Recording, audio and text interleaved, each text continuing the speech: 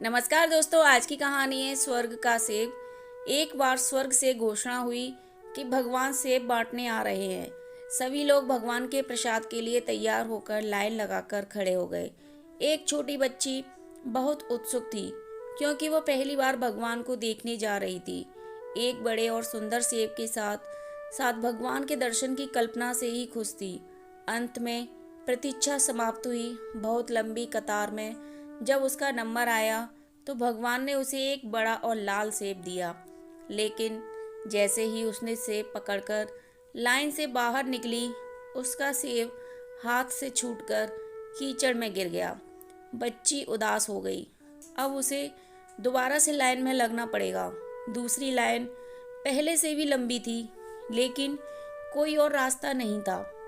सब लोग ईमानदारी से अपनी बारी बारी से सेब लेकर जा रहे थे।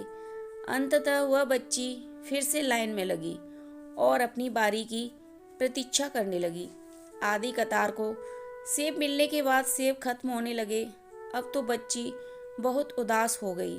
उसने सोचा कि उसकी बारी आने तक तो सब सेब खत्म हो जाएंगे, लेकिन वह ये नहीं जानती थी कि भगवान के भंडार कभी खाली नहीं होते। जब तक उसकी बारी आई तो और भी नए सेब आ गए। भगवान तो अंतर्यामी होते हैं। बच्ची के मन की बात जान गए। उन्होंने इस बार बच्ची को सेब देकर कहा कि पिछली बार वाला सेब एक तरफ से सड़ चुका था, तुम्हारे लिए सही नहीं था, इसलिए मैंने ही उसे तुम्हारे हाथों से गिरवा दिया था। दूसरी तरफ लंबी कतार में तुम्हें इसलिए लगाया क्योंकि नए सेब अभी पेड़ों पर थे, उनके आने में समय बाकी था, इसलिए तुम्हें अधिक प्रतीक्षा करनी पड़ी। ये सेब अधिक लाल, सुंदर और तुम्हारे लिए उपयुक्त हैं।